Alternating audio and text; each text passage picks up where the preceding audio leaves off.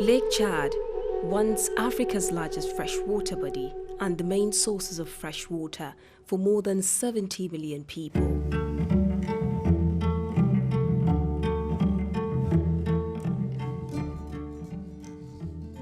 Located in north-central Africa, Lake Chad is bordered by Chad, Nigeria, Niger, and Cameroon.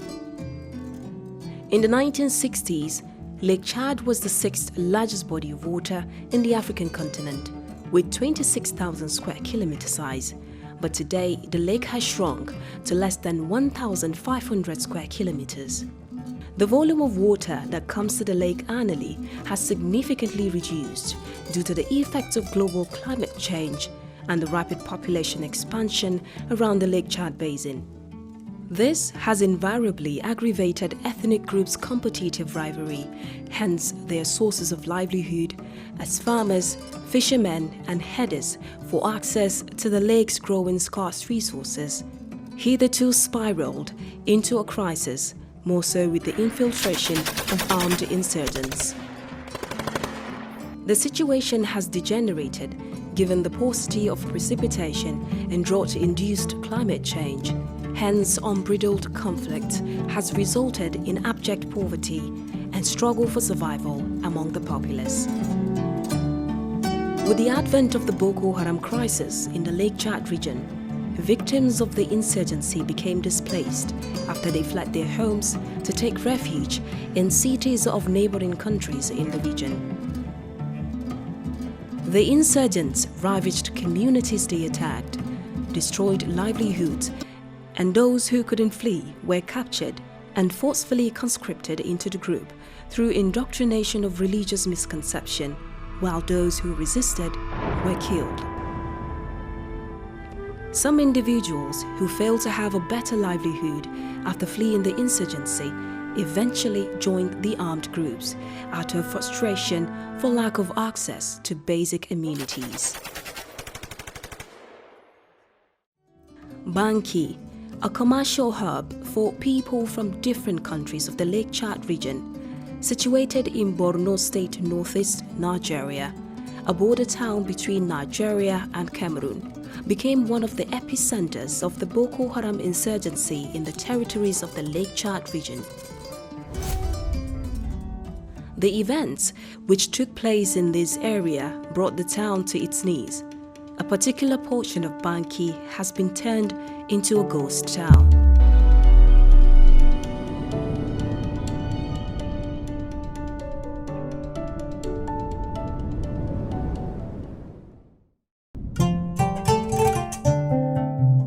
Da in Boko Haram ya zo ya fara yankan mu duka anan zamu gudu mu zo mu kwana da mu da ƴaƴan mu a bakin kasuwa bayan barin din nan.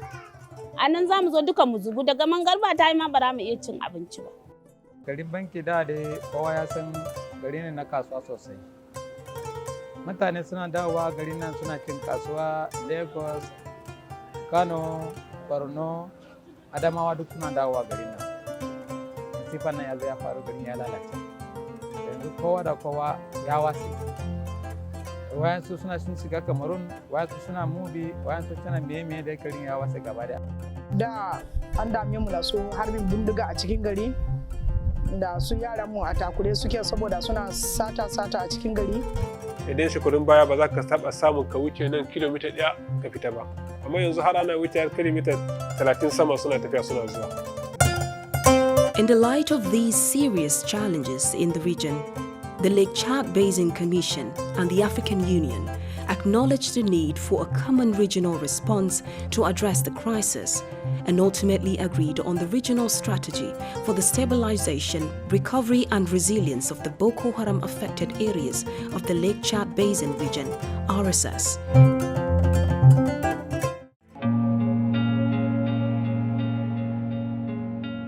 Well, the Regional Stabilization Project, as you are rightly aware, is a product of the Lake Chad Basin Commission, which was produced with the support of the African Union and the UNDP, and of course all the member countries of the areas affected by Boko Haram insurgency did participate actively in the production of the document.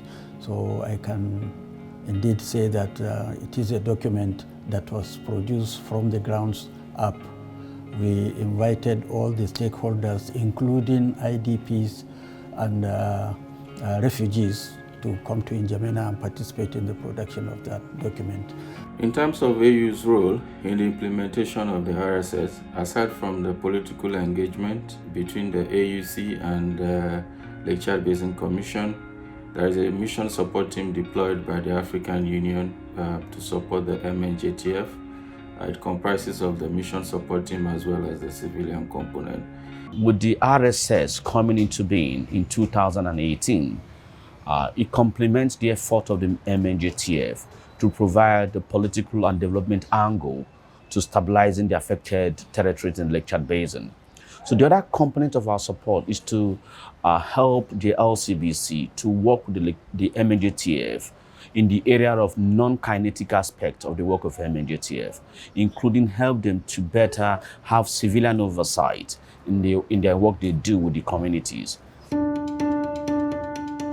The strategy combines the common military response against violent extremist armed groups led by the Multinational Joint Task Force, the MNJTF, through the various national security and defense forces in the 4 countries, with a cross-border civilian effort to consolidate military gains. Since the reoperationalization of the Multinational Joint Task Force in 2015 and the relocation of the headquarters to N'Djamena, Chad, the leadership and the command of the force have turned around the hitherto devastated region into more secured environment. This was made possible by conducting offensive operations, which has led to liberation of so many towns and villages. We have towns like Abadam, Manufactory, Damasak, Wilgo, Barua in Niger. And we have some island also like Litri, Madai, that were under Boko Haram before. They are all now liberated. In the area of civil-military cooperation, Multinational Joint Task Force has performed very well. Both headquarters and at the sector levels, we encourage our officers to embark on programs and projects that have meaningful impact on the life of those either resettled people or those that are under our control. I mean, those that we have liberated. What we have seen in this community is that through the collaborative efforts of working with the military and working with local institutions, working with the community structures that are on the ground, we've seen first and foremost confidence being restored. And it's incredible what you can do when there is peace, and that inspires confidence. Due to the RSS intervention, the 8 territories affected by the insurgency have begun the journey to recovery. The tenacity of the people is seeing the RSF intervention through success, with active participation of the people in the affected territories. Finally, people are returning to their homes. Et nous avons reçu des réfugiés. Ils sont venus des Nigériens. Ils sont au camp de Minawao. Ils sont environ 70 000 réfugiés. Mais nous avons entamé le processus de leur retour. 5 000 ont déjà rejoint. Nous avons des déplacés internes. Ils sont environ 250 à 300 000. Nous avons même des retournés. Il y a un camp DDR qui a été ouvert et qui reçoit ceux-là, mais la plupart, c'est des Nigériens. Nous avons réussi à réouvrir le corridor Banki, Amchide, Mora, N'Djamena, qui est très important au plan économique et qui a permis aux uns aux autres de renouer avec leurs activités parce que c'était bloqué du côté du Nigeria, du Cameroun et même du Tchad, où c'était le point de chute. Ça a permis à nos finances d'avoir une bouffée d'oxygène et aux populations qui étaient abandonnées à eux-mêmes de renouer avec leurs activités. Et aux jeunes qui, pour désœuvrement, avaient rejoint les camps de Boko Haram, sont revenus et ils ont été appuyés par le PNUD dans ce que nous appelons le cash for. Stabilization Committee wannan ne ta wayar mana da kai. Duk wani mutumin da ya dawo daga daji, kar ku kyamace shi kuma kar ku ce wannan ya kashe mana yan uwa ko abokai. Ya zamanto su ne yan uwa. Idan ya zamanto su ne yan uwa wanda suke can daji din za su iya sawa a ransu su da. The refugees, the returnees, the immigration are trying their possible best. We are giving them hospitality, VIP treatment if they are coming from Cameroon. We use immediately they enter, we used to register them, but we have to calm them down. If they are very tired, they are hungry, most of the time they will trek from somewhere before they will get a car. From there, you will see them inside Cameroon, then they will come to our border. We call them inside. We have to tell them to rest. In the Lak province and Hajalamis of far north Chad, Difa in Niger, Amshide in Marwa, far north of Cameroon, and Banki, Mongonu, Damboa in Borno, Buniadi in Yobe, and Gulak in Adamawa State, northeast Nigeria. These territories have all benefited from the Regional Stabilization Facility intervention on the DRS's initiatives. Before we arrived and we started stabilization, it was almost like a no man's land. Nobody were really present and it was a very dangerous place. Now the picture changed, it contrasts. Economic activities now is much better. Now UNDP through the facility has initiated activities focusing on three key outputs. One is to provide immediate safety and security to the areas that are affected by strengthening security infrastructure in the affected communities and through building, like for example, police stations for the affected areas that will now allow government to deploy police officers that will now lead to maintenance of law and order in those affected areas. But also through that, they've also been able to work with communities to strengthen community security by organizing what we call stabilization community security committees in those affected areas, through which they can strengthen also their relationship with the security forces. And what UNDP has done to support the LCBs is to actually rehabilitate those infrastructure that Boko Haram has destroyed, such as schools, such as hospitals, and also such as markets. And they've done this also to make sure that the government are able to deploy professionals in those infrastructures and those social services like schools. Muna nan kuka dai suka ji kukan mu kuma su UNDP da sun muna katangan nan daga nan an hari din yayi sauki da aka yi katanga bayan katanga za mu kwanta da ƴaƴanmu za mu ci abinci za mu kwanta mai barci hankali ya fara kwanta na biyun shi ta zo ta mana police station na ukun shi aka zo kuma aka ajiye mana aka kawo mana tallafi na jari.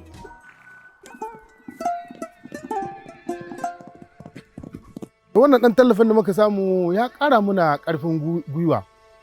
Don saboda abin da baka da an ka ƙara maka ko da ɗan kaɗan nan ne zai ƙara maka ƙarfi.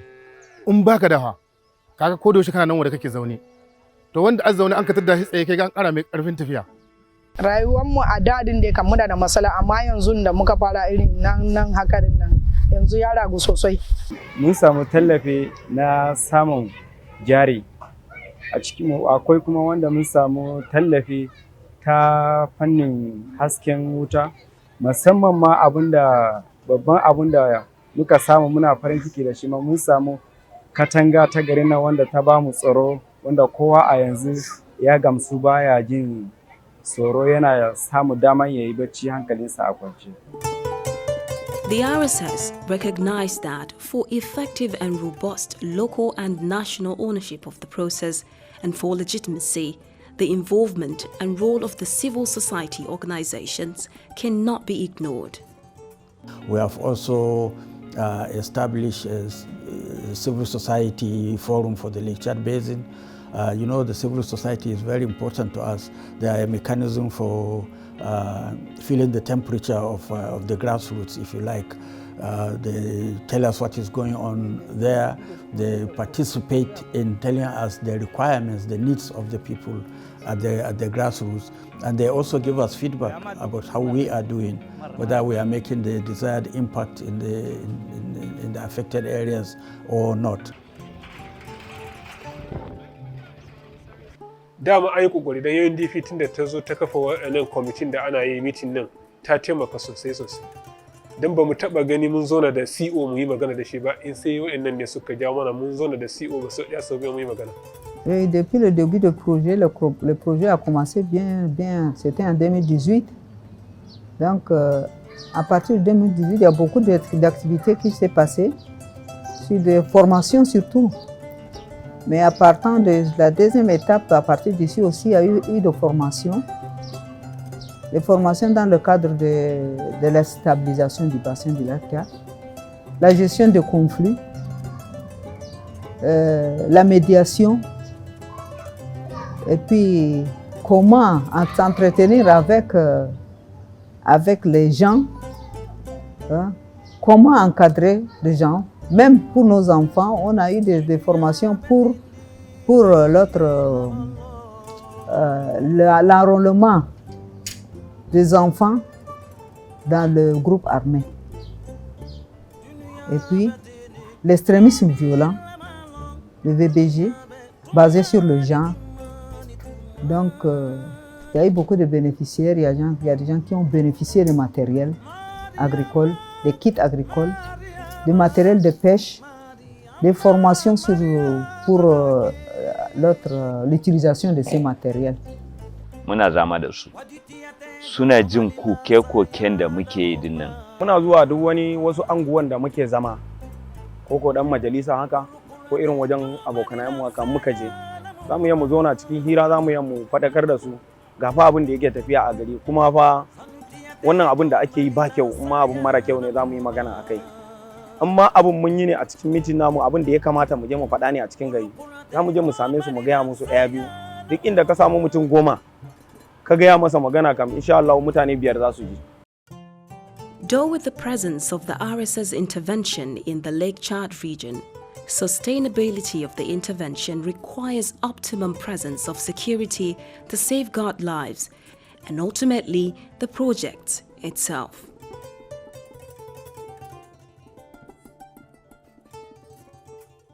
As we embarked on this journey, we had no idea where it was taking us.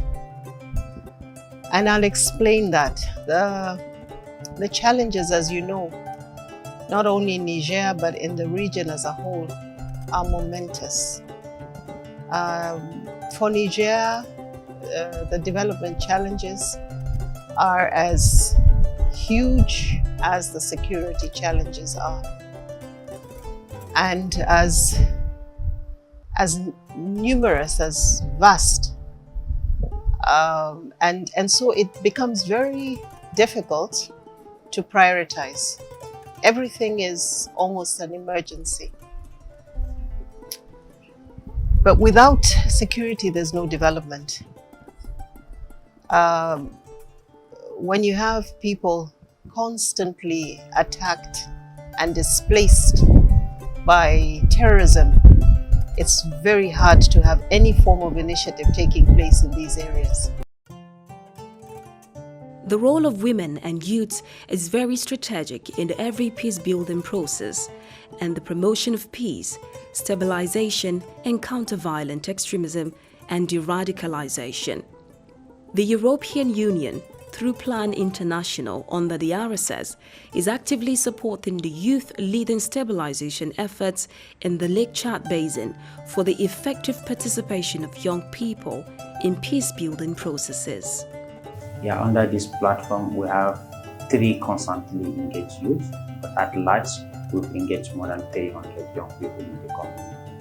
Some of the activities that we carry out so far, we train the youth on how to collect the data that can be uploaded to the database.